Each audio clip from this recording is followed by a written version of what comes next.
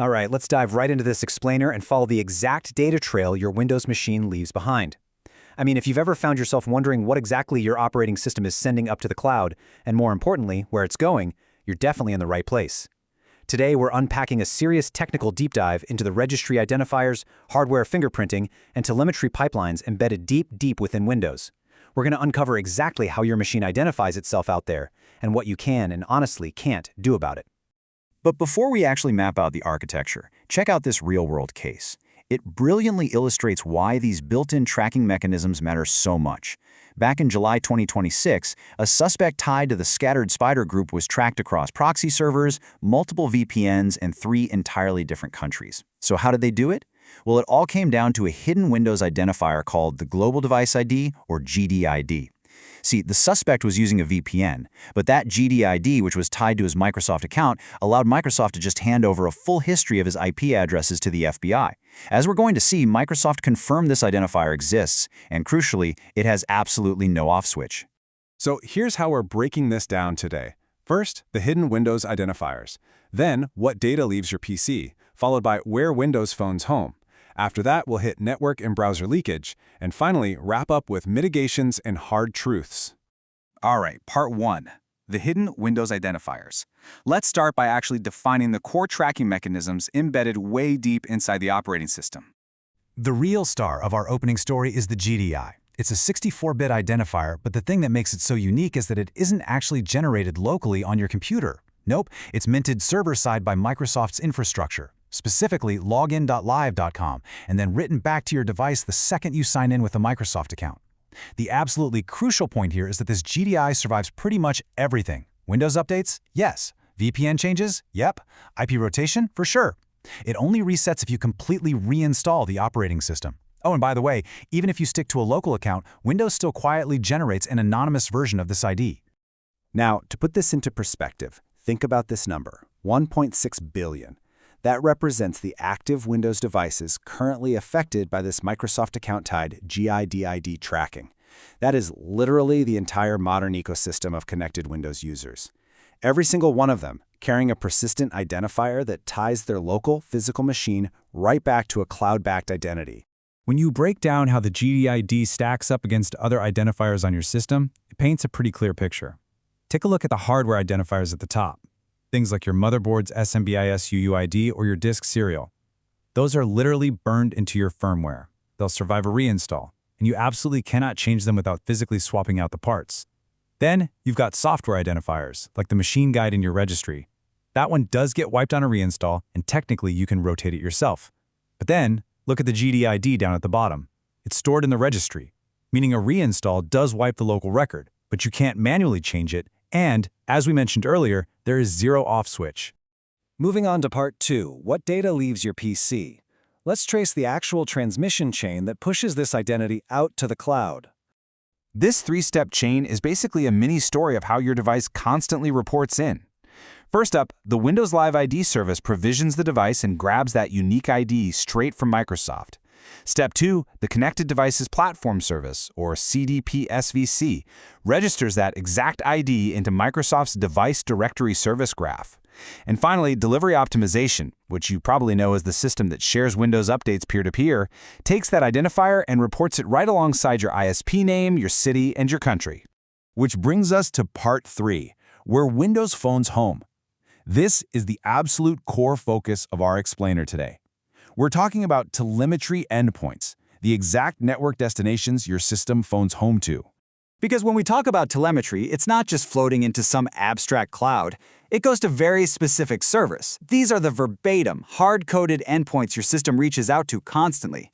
Let's break them down.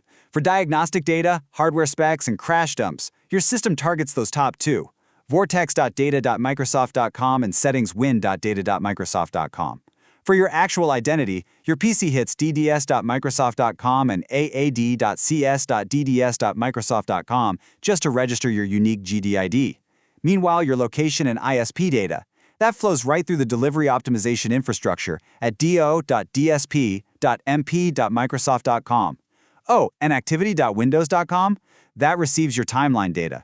The biggest takeaway here, if you want to block telemetry at the network layer, these are the exact domains you literally have to sinkhole. This really brilliantly illustrates the two-tier system of Windows telemetry, and honestly, it clears up a lot of misconceptions. When you go into your Windows settings and toggle off optional diagnostic data, you are only stopping that optional tier, things like app usage and your browsing habits. But the required data, the hardware specs, the driver versions, the crash dumps, that continues to flow to those Vortex endpoints regardless of what you set in the user interface. That settings toggle simply doesn't stop the diagtrack service from running in the background. All right, on to part 4, network and browser leakage. Because the tracking definitely doesn't stop at just the operating system telemetry level. We need to talk about pre-login leakage, which bleeds into your fundamental network requests often before you even realize what's happening. For example, Windows uses NCSI, the Network Connectivity Status Indicator, to check if you actually have internet access. It does this by pinging mssiftconnecttest.com. But here's the kicker. It fires on every single network change, which means it fires before your VPN tunnel is even fully established. That reveals your real IP address to Microsoft instantly. Throw in the fact that Windows maintains its own DNS resolution stack that can totally bypass your VPN for update queries, and that basic time syncs to time.windows.com are logging your real IP, you start to see how your network identity leaks completely independently of anything you actually do.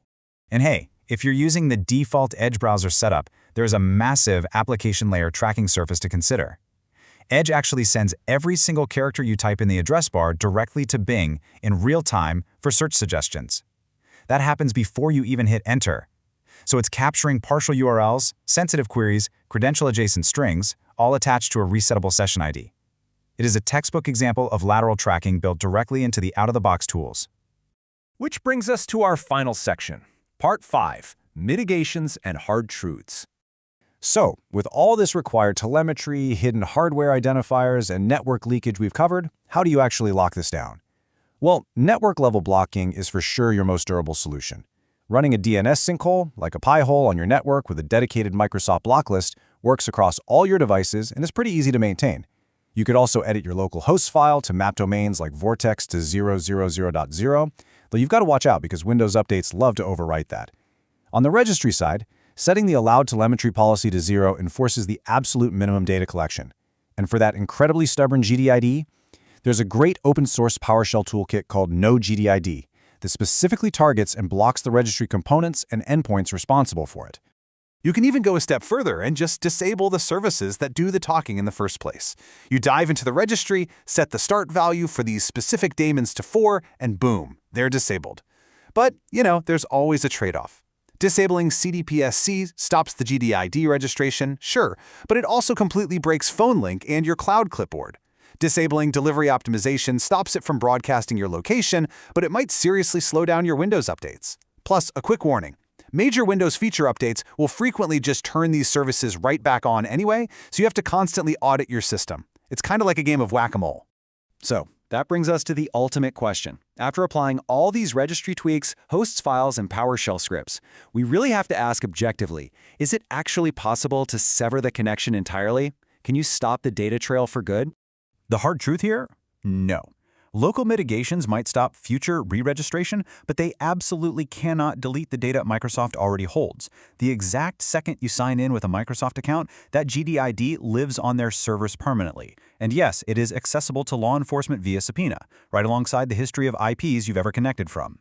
On consumer versions of Windows, the required telemetry floor cannot be fully disabled. It can only be minimized. So you really have to ask yourself, are you comfortable continuously managing these network mitigations and registry audits? Or, if your privacy threat model is really that high, is it finally time to consider the nuclear option and switch to a completely different operating system like Linux?